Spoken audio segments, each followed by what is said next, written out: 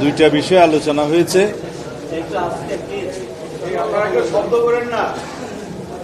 একটা বিষয় নারী আসন নিয়ে, আর একটা বিষয় দ্বিকক্ষ বিশিষ্ট পার্লামেন্টের বিষয়। তার মধ্যে দ্বিকক্ষ বিশিষ্ট পার্লামেন্টের ইস্যুটা ইতিপূর্বে প্রায় 2 দিন আলোচনা হয়েছিল, সকাল সন্ধ্যা। নারী আসন নিয়েও আংশিক আলোচনা হয়েছে। আজকে তৃতীয় দিনের মতো আলোচনা হচ্ছে। তা আমি প্রথম মানে মধ্যাহ্নবিরতির আগ পর্যন্ত আলোচনায় অংশ নেওয়ার সুযোগ পাইনি। 4টার দিকে দ্বিকক্ষ বিশিষ্ট পার্লামেন্টের আলোচনায় অংশ নিয়েছিলাম। প্রথম ইস্যুটাতে আলোচনায় আমি আর আজকে অংশগ্রহণ করতে পারিনি। তারপর নারী আসন সংক্রান্ত বিষয়ে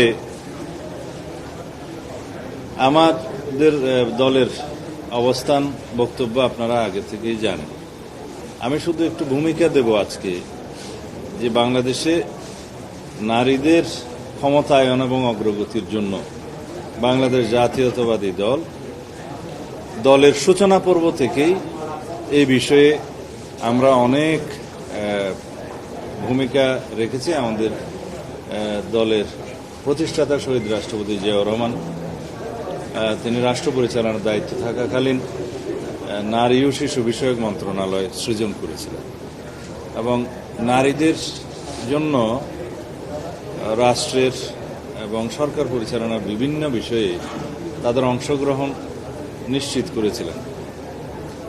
তখনকার বিদ্যমান 15টি সংসদীয় নারী আসন, সংরক্ষিত নারী আসন থেকে তিনি 30টাতে উন্নীত করেছিলেন। পরবর্তীতে দেশনেত্রী বেগম খালেদা জিয়া তার দায়িত্বকালীন সময়ে তিনি 30টা থেকে 45টা আসনে সংরক্ষিত মহিলাদের জন্য সেটা সাংবিধানিকভাবে উন্নীত করেছিলেন।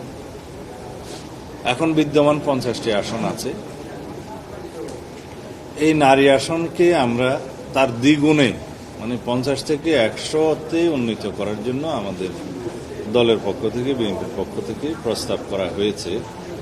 সেটা আমাদের 31 দফার প্রস্তাবনার আলোকে আমরা সংস্কার কমিশনে আমাদের দলের পক্ষ থেকে সেই প্রস্তাব দিয়েছি। তবে সেই নির্বাচন প্রক্রিয়া, বিদ্যমান যে ব্যবস্থা আছে সেই একই ব্যবস্থায় আমরা মনে করেছি এখনো বহাল থাকা উচিত।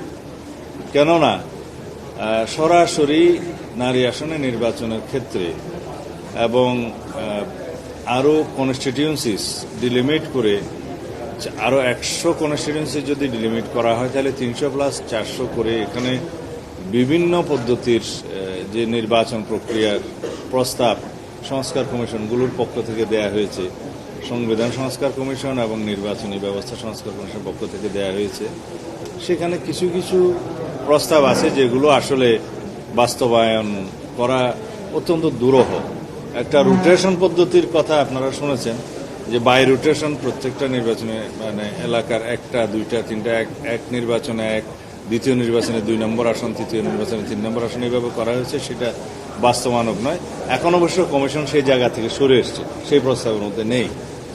দ্বিতীয়ত ওনারা আরেকটা প্রস্তাব দিয়েছেন যে বিদ্যমান আসনের, মানে তাদের প্রস্তাব অনুসারে 100 যদি হয়, সেই 100তে শুধু নারীদেরকে মনোনয়ন দেয়। কিন্তু সেই আসনগুলো কিভাবে ঠিক করবেন সেটা কিন্তু পরিষ্কার নয়। সেই 100 আসন কোনগুলা, ডিলিমিট কিভাবে হবে, এগুলো পরিষ্কার নয়। আরেকটা প্রস্তাব এসছে আজকে নতুন করে, যে বিদ্যমান যে আসন আছে তার মধ্য থেকে 33% আসনে নারীর প্রার্থিতা, যেটা প্রায় 100 হবে, 1/3, সেটা দেয়া যায় কিনা।